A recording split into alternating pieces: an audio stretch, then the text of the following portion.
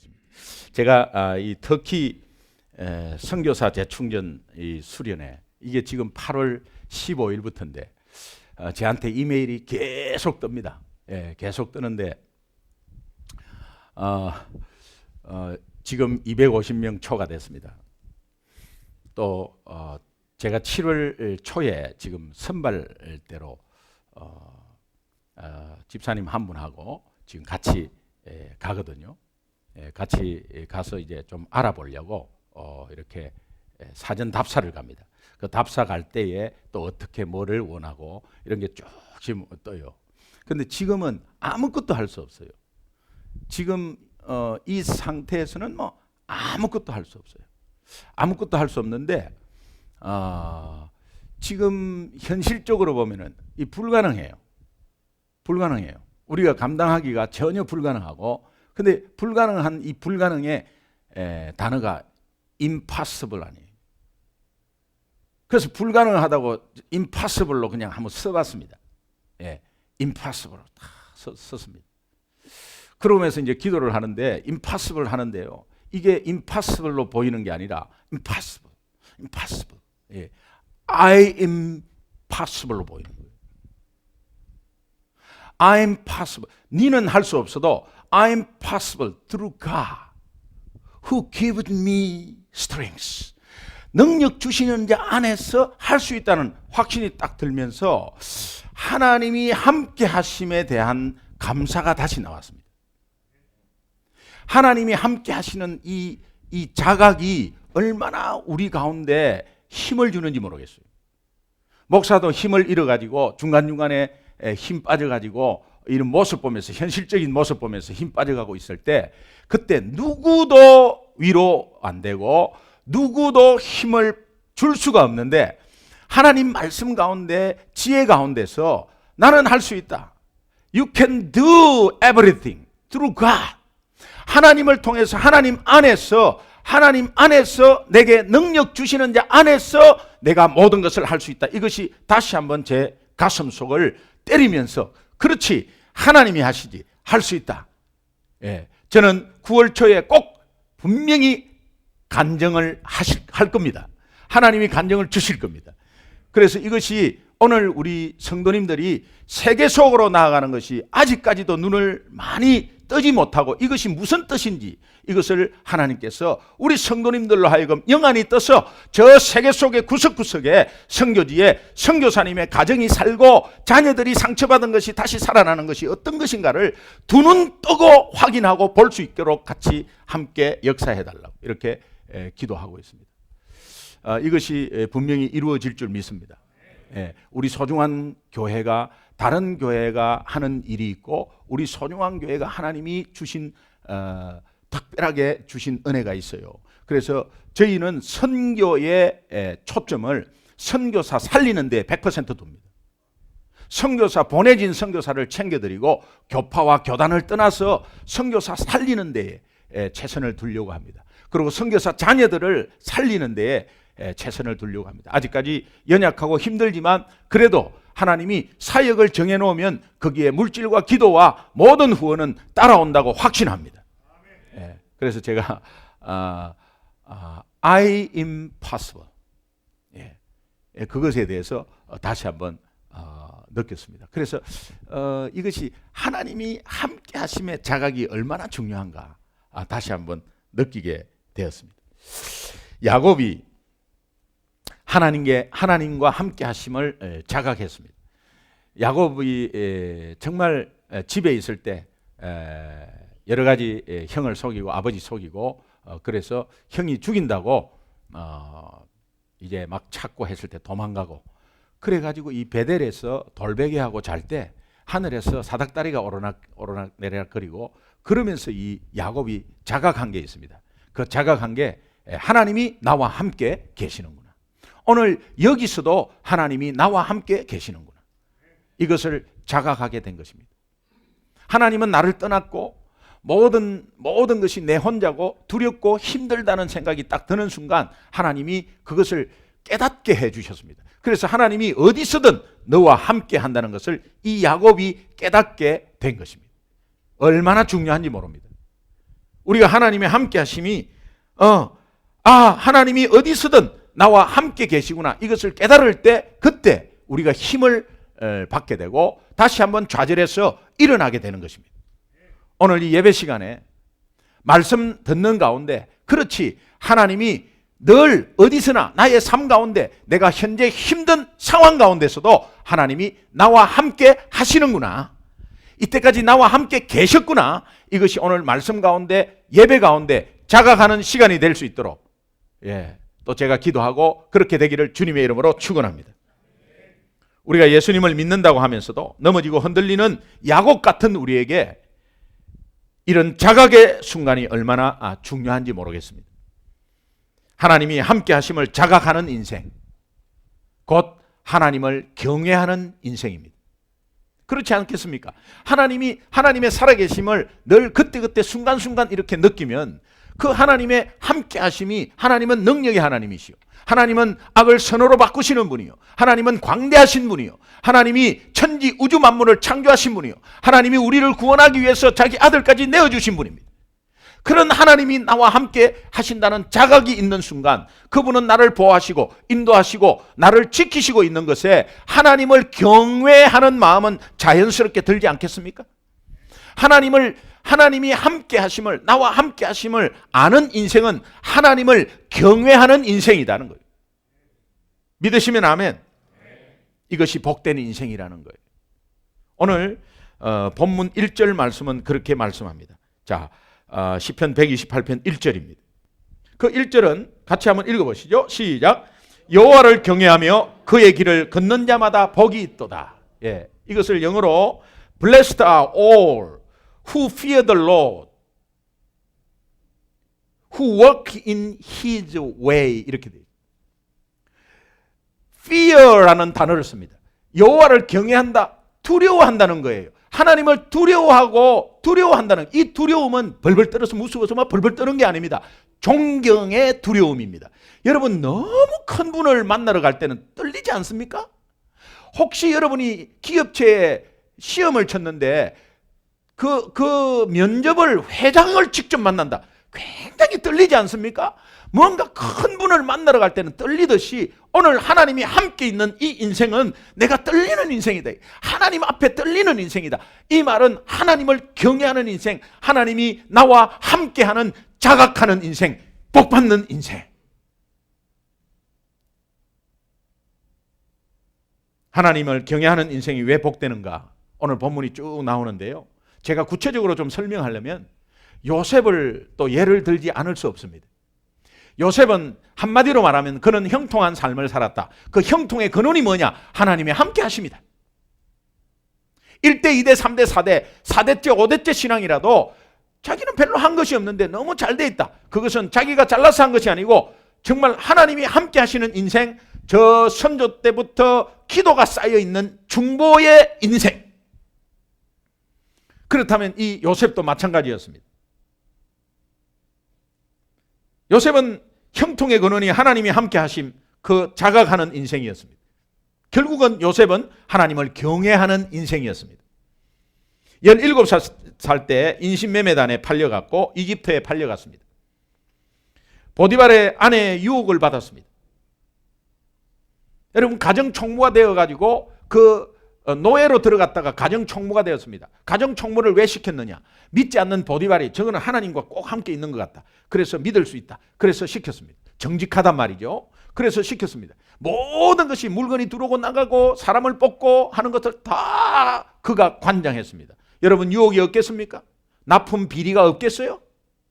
가정에 오는 납품 비리가 없겠어요? 또 사람을 뽑고 사람을 자리를 옮기는데 뒷돈 안 받았겠어요? 그거 분명히 유혹이 있었을 거예요. 자기가 착복하고 개인적으로 착복할 게 있을 거예요. 오늘 대통령 측근들이 유혹이 없겠어요? 그 자리에 있으면 다 유혹이 있습니다.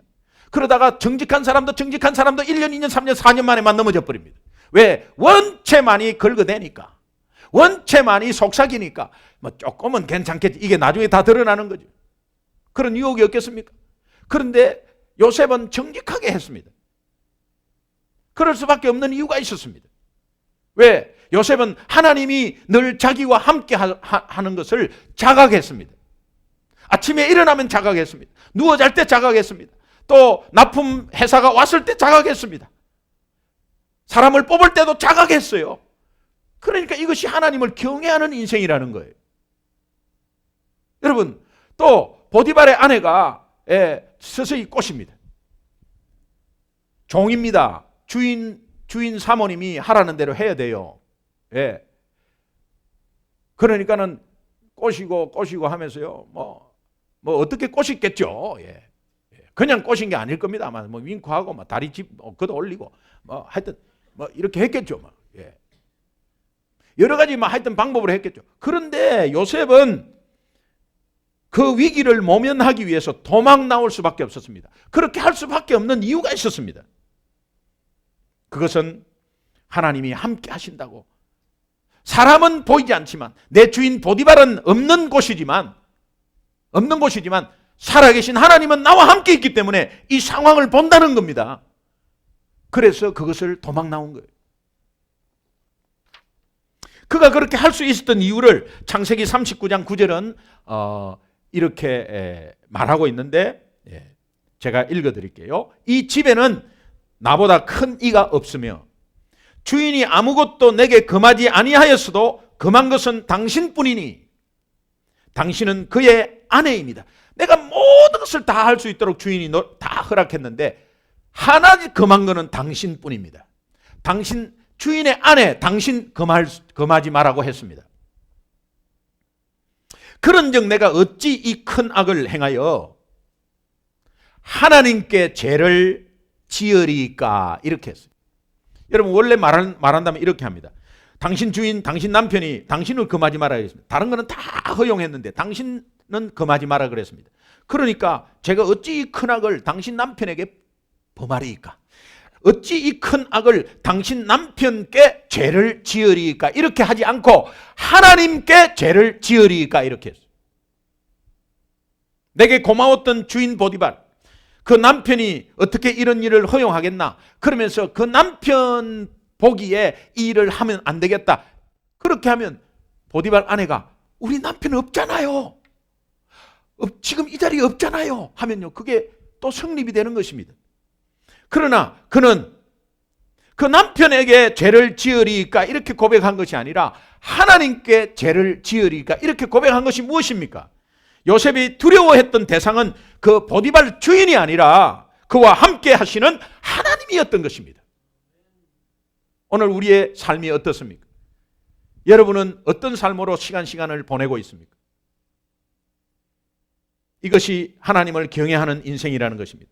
겉만 보고 판단하는 인간은 속일 수 있지만 나와 함께 하시는 하나님은 절대로 속일 수 없다는 것을 요셉 자신이 자각했기 때문에 그 짓을 절대로 할 수가 없었습니다. 자각했다는 awaken 자각했다는. 그래서 본문 1절은 여호와를 경외하며 그의 길을 걷는 자마다 복이 있도다. 이 말이 무슨 말이냐? 오늘 사람 보기에는 부실한 남편이고 아직까지 힘이 없는 남편이고 아직까지 아무 일이 없는 무능한 남편인 것 같지만, 아니 오늘은 사랑이 식은 아내인 것 같지만 우리가 상대하는 것은 사람이 아니라는 사실을 알고 하나님이 나와 함께 있어서 그 하나님 함께 있는 것을 하나님을 대하듯이, 살아계신 하나님을 대하듯이 이웃을 대하고 내 자녀를 대하고 내 남편을 대하고 내 아내를 대할 때 그때 복이 있는 가정, 복이 있다는 거예요. 하나님을 경외하는 가정은 내가 남편을 대할 때, 아내를 대할 때 하나님 대하듯이 대해야 된다는 거예요. 이것이 복받는 지름길이라는 거예요. 골로새서 3장 23절을 보면 무슨 일을 하든지 마음을 다하여 사람에게 하듯 하지 말고 주께 하듯 하라.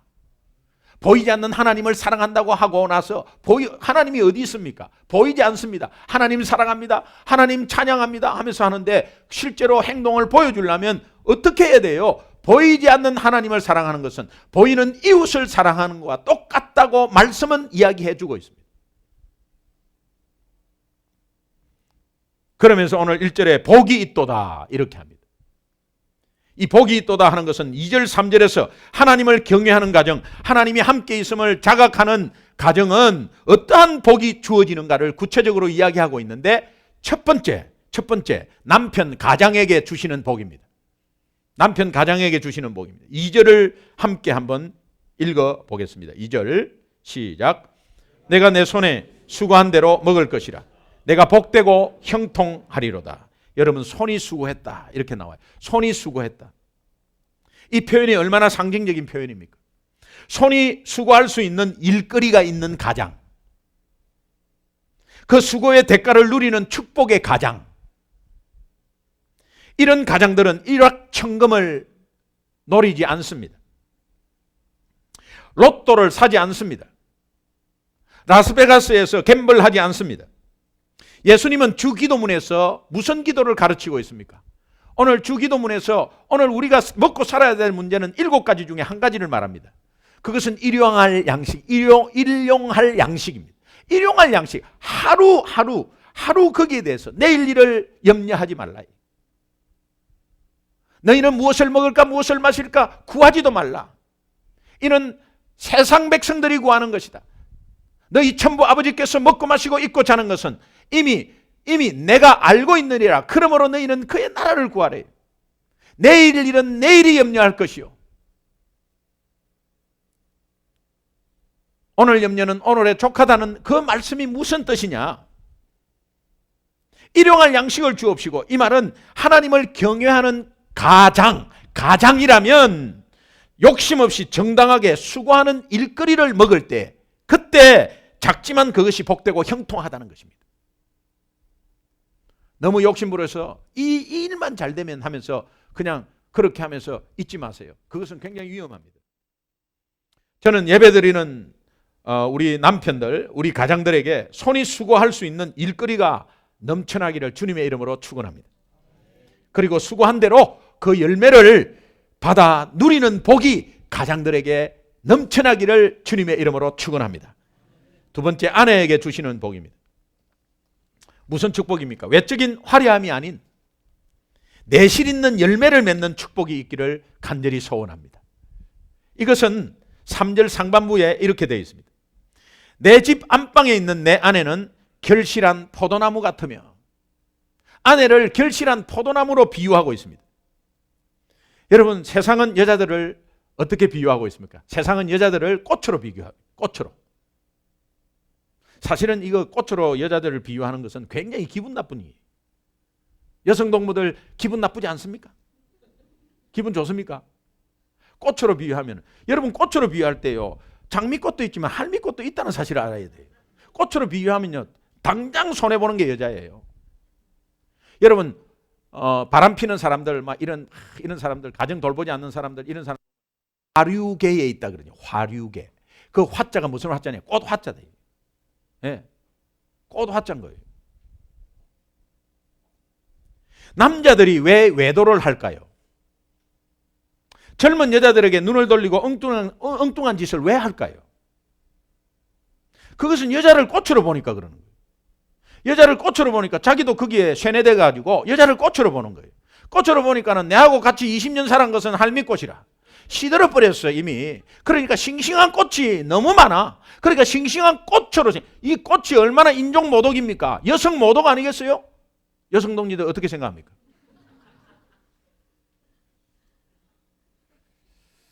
저 여자가 아닌데 막 신경질 하는 거 있죠, 이거.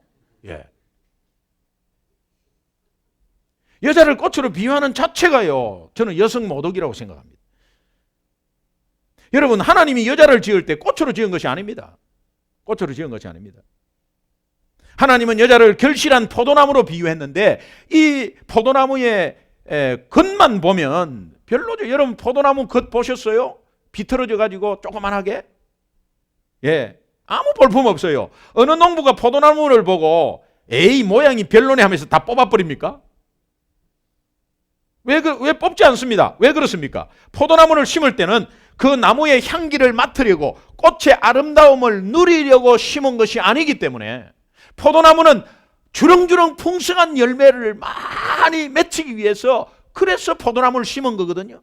오늘 아내를 결실한 포도나무라고 말하고 있지 않습니까?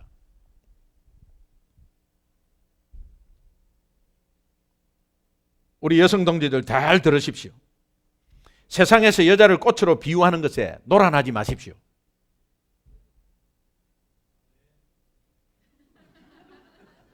근데 여자들이 아멘 해야 되는데, 예. 여러분 세상이요 꽃으로 여자를 비유해갖고 이 상품화 시키는 거 놀아나지 마십시오. 예. 신차 발표를 하는데 왜 벗고 나오냐고. 예. 새 차 신차를 발표하는데 그 앞에 본네트 위에 왜 누워 있냐고요. 예? 그 이상하잖아요. 아니 차를 파는데 왜 여자가 누워 있냐 벗고. 예? 아니 레이스 경기를 하는데 레이싱 걸이 왜 필요하냐 이 레이싱 걸이.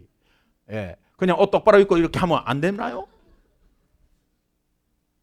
여자를 상품화로 시킨다는 그 자체에 놀아나지 마세요. 세상은 그렇게 해서 성형수술이 유행하는 겁니다. 옆에서 하니까 나도 하고 분위기, 한국은 거의 세웠습니다. 거의. 예. 그래갖고 만나면요 쉐리 눌려보십시오 한번. 만나 눌려보십시오. 다 세웠습니다. 그게 유행이니까. 거의 비슷해요. 애들이 다 이제는. 생김새가 거의 비슷해요.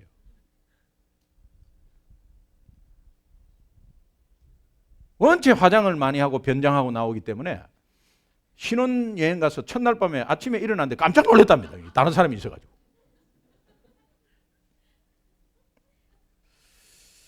미스 코리아 모델을 보면요.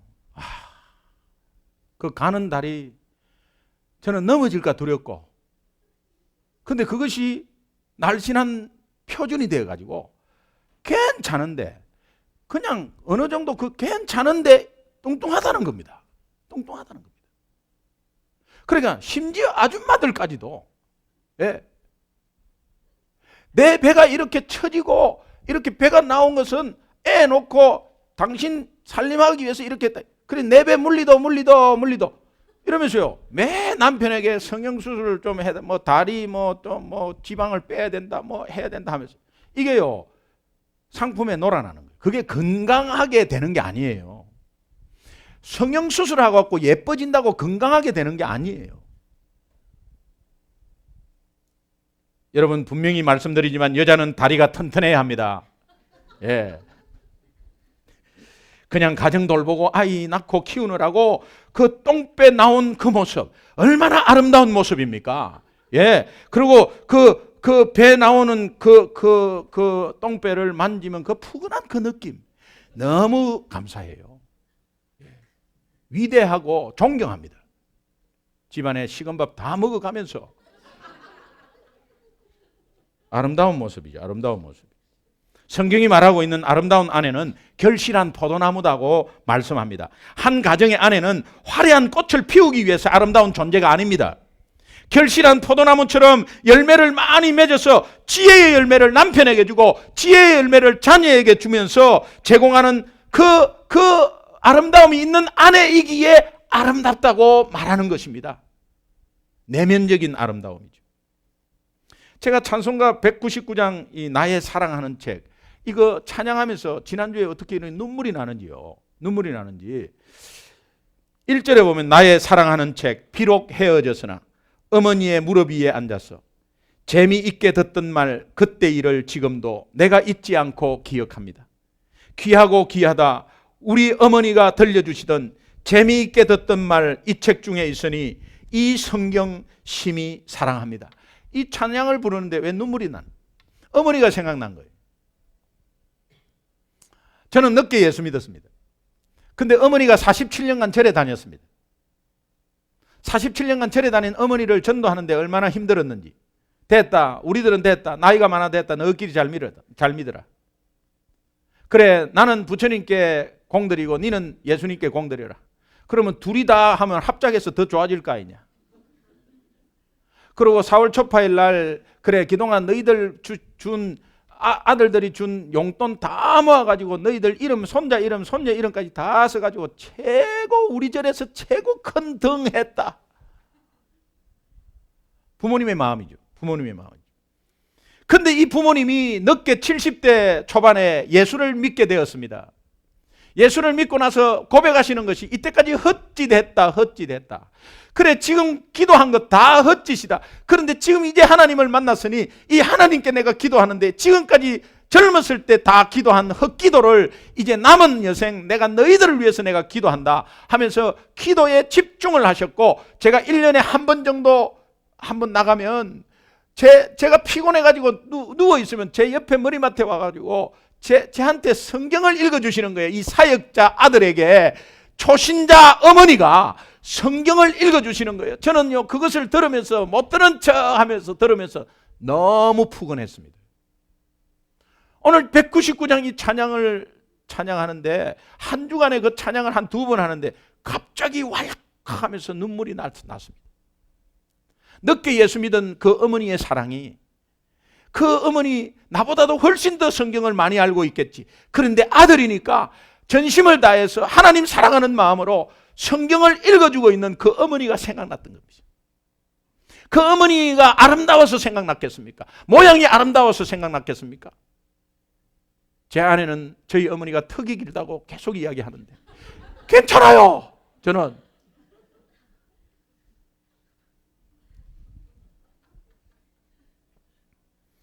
꽃처럼 아름다워서 화려해서 자식들 앞에 화려한 모습으로 화장하고 화려한 모습으로 보여줘서 No way. 전 절대로 그렇지 않습니다.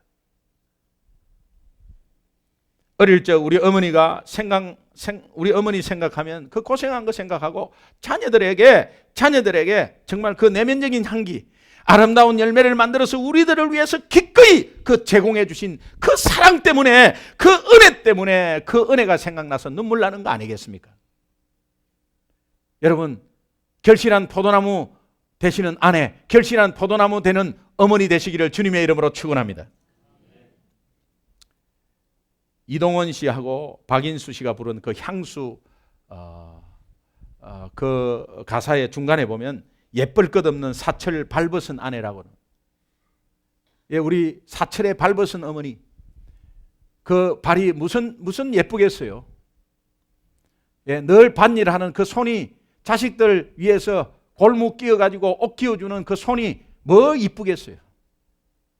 그 어머니 때문에 우리가 오늘 이 자리에 있는 것이고, 그 어머니 때문에, 그렇다면 그 어머니로서 오늘 우리 자녀를 키우는 아내로, 어머니로서 또 남편을 섬기는 어머니 아내로서 우리가 결실한 포도나무가 되어야 된다는 거예요. 젊은 어머니들이 우리 교회에 많습니다. 여러분, 젊은 어머니들 잘 들으십시오. 여러분은 여러분의 자녀들에게 어떤 열매를 현재 제공하고 있습니까? 특별히 영적인 열매를 어떻게 제공하고 있습니까? 이 아이들을 교육 수준을 어떻게 높여서 어느 교육에 어떻게 교육시키고 어느 학군 좋은 데 가가지고 어느 학교로 그렇게 하십니까? 그 아이는 어머니에 대한 기억이 별로 없을 거예요. 그러나 잘 때 옆에서 머리맡에서 조금이라도 시편을 읽어주고 잠언을 읽어주고 성경을 읽어주는 이것이 평생의 기억이 남아서 그들이 어려울 때 어머니를 기억하고 그 어머니가 읽어주는 성경 말씀 속에서 내가 성경을 읽어봐야지 하면서 벌떡 일어나서 성경 읽는 모습을 기억해 보십시오. 그것이 실제로 지혜 있는 교육 아니겠어요? 그게 결실 있는 포도나무의 아내 역할, 어머니 역할 아니겠습니까? 세 번째 주시는 복이 자녀들에게 주시는 복입니다. 3절 후반절에 자녀들을 어떻게 묘사하는가 한번 보면 같이 한번 읽어보시죠. 시작. 내 식탁에 둘러앉은 자식들은 어린 감람나무 같으리로다. 여러분, 감람나무가 무슨 나무예요? 올리브 나무입니다. 여러분, 올리브 나무의 특징이 있는데 이 나무를 심으면 금방 결과가 나타나지 않습니다. 7년이 지나면 뿌리가 쓱 내려갑니다. 열매가 없습니다. 그 다음에 15년 정도 기다려야 제대로 열매를 얻기 시작하는데 그때는 이미 20m, 30m 크게 높이 올라가는 겁니다. 올리브 나무가. 그러면서 15년 정도 지나고 나서는 그렇게 크게 되면서 수백 년 동안 열매가 끊이지 않고 계속 나는 거예요. 여기 우리 자녀들을, 식탁에 둘러앉은 자녀들을 어린 감람나무 열매 없습니다. 지금은 여러분 자녀 보기에 지금은 별로 뒤처진 것 같고 모자라는 것 같고 심지어 사춘기를 심하게 겪고 탈선하고 가출하고 엉뚱한 짓을 하고 있습니까? 그러나 어린 감람나무라는 사실을 인정해야 돼요. 그것은 무한한 가능성이 거기에 있다는 것입니다. 우리 자녀들이 무한한 가능성이 있으면서 여러분은 기다려 주셔야 돼요. 닥달하지 마세요. 부모의 수준에 맞춰서 닥달하지 마세요. 그것은 성경적이 아니에요. 성경적으로 자녀를 보는 눈이 아니에요. 감람나무처럼 보셔야 돼요. 올리브 나무처럼 보셔야 돼요. 무한한 가능성이죠. 경쟁 세상에서 답답하기까지 합니다. 부모가 보기에는 저거 어떻게 하면 살아남을까? 저거 그렇게 하지만 그러나 무한한 가능성이 있다는 것에 하나님이 그들을 잡고 있고 여러분의 기도가 있는 이상은 그들은 절대 망하지 않습니다. 믿으시면 아멘.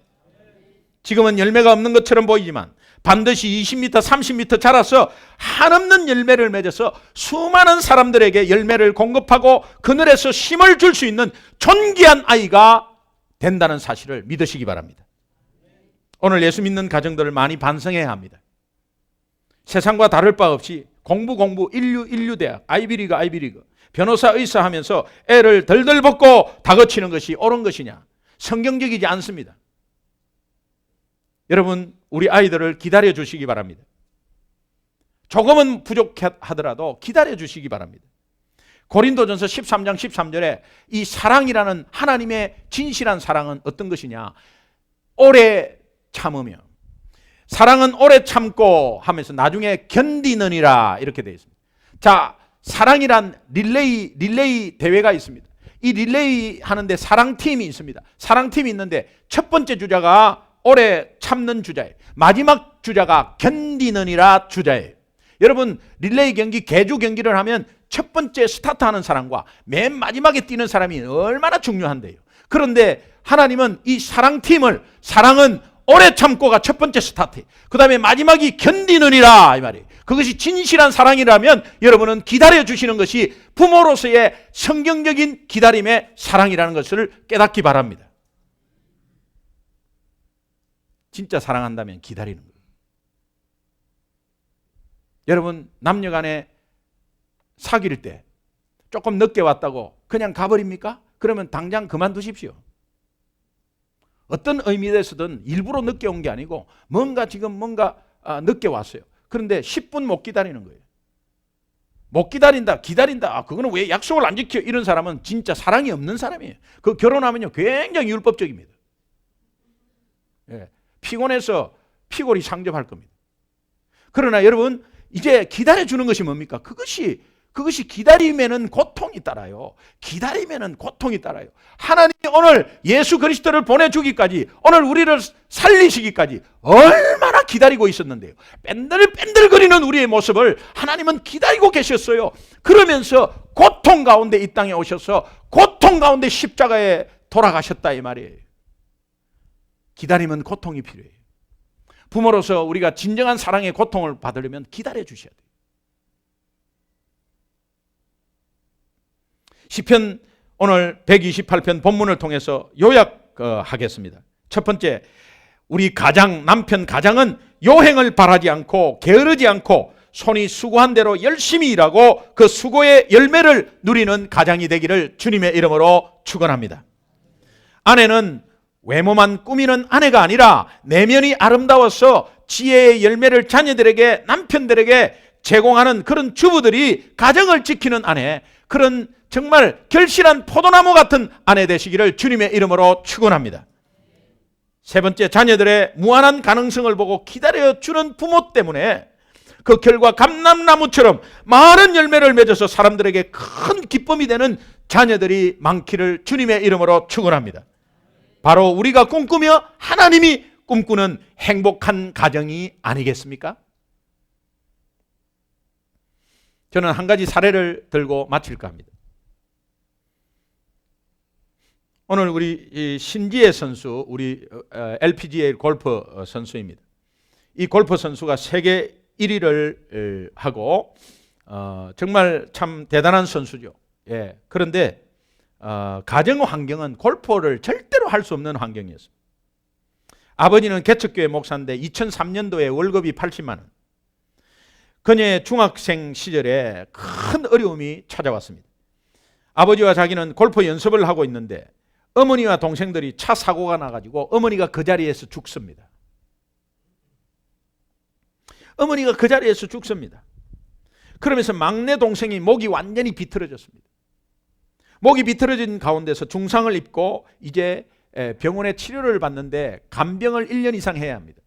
어머니 이런 슬픔도 잠시, 이 장녀된 신지혜 선수가 중학교 2학년인데 그 신지혜 선수가 장녀 어머니 역할을 하면서 아주 이제 집을 완전히 창고를 이렇게 짐을 쌓아놓고 뭐 밥 식기 같은 걸 다 입원실에 가져와 가지고 같이 동생을 간호하면서 먹고 자고 하면서 거기에서 선수 생활을 하게 됩니다.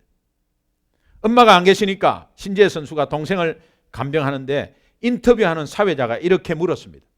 운동선수로서는 도저히 극복할 수 없는 일인데 어떻게 그 어려움을 극복했습니까? 이렇게 물었습니다. 제 마음에 잊혀지지 않는 뭉클한 한마디 신지혜 선수가 했습니다. 여러분 한번 동영상을 잠깐 한번 보시기 바랍니다. 저는 이 인터뷰를 들으면서 마음이 뜨거웠던 것이 무엇이냐면 오히려 신지혜 선수는 복된 아이다. 저는 그렇게 생각합니다. 누군가가 나를 위해서 올인 할 수 있는 사람이 있다면 그것은 행복한 인생입니다. 올인하는 그것을 위해서 정말 한타 한타 칠 때 그 어머니를 생각하면서 치는 것 뒤는 없다는 거예요. 오늘 우리의 인생의 타수를 한타 한타 칠 때 뒤는 없다는 거예요. 이미 지나가 버린다는 거예요. 우리 아이들에게 대하는 타로, 우리 남편에게 대하는, 우리 아내에게 대하는 이 한타 한타가 지나가면 그뿐이라는 거예요. 그런데 절대로 이제는 놓칠 수 없다는 거예요. 지금부터 늦지 않았습니다. 인생에 1,700만 원을 가지고 올인하는 인생이 저렇게 성공한 인생이라면 여러분 신지혜 선수가 이런 면에서 복 있는 인생이라면 오늘 여러분들의 가정은 더 큰 복이 있을 줄로 믿습니다. 왜 그러느냐? 오늘 하나님께서 여러분 인생에 예수 그리스도를 완전히 생명을 내어주시고 하나님께서 올인해 주셨다고요. 1,700만 원의 값을 주고 올인한 것이 아니라 그분의 사랑하는 독생자 아들의 생명을 주시면서 올인하셨습니다. 그 인생은 절대 망하지 않습니다. 믿으시면 아멘. 믿으시면 아멘. 1,700만 원 재산 다 투자할 정도가 아니었습니다. 예수 그리스도를 우리에게 내어주셨습니다. 오늘 하나님의 자녀된 우리는 죄악 가운데 주고 마땅한 우리의 목숨을 대신한 그 사랑을 받은 우리의 인생은 축복받는 인생, 확실히 믿으시면 아멘. 그것이 축복받는 가정, 행복한 가정이 된다는 거예요. 그러므로 예수 믿는 우리 가정, 예수 믿는 우리 자녀, 예수 믿는 우리 남편, 예수 믿는 우리 아내는 절대로 망하지 않습니다. 오늘 우리의 자녀가 반드시 회복될 줄 믿습니다. 여러분의 부부관계가 하나님이 올인한 인생인 거로 절대로 회복될 줄 믿습니다. 저는 기다리고 기도하겠습니다. 소중한 교회 성도님들의 모든 가정이 하나님이 함께 하심을 자각하고 하나님을 진실로 경외하는 행복한 가정이 되시기를 주님의 이름으로 축원합니다. 기도하겠습니다.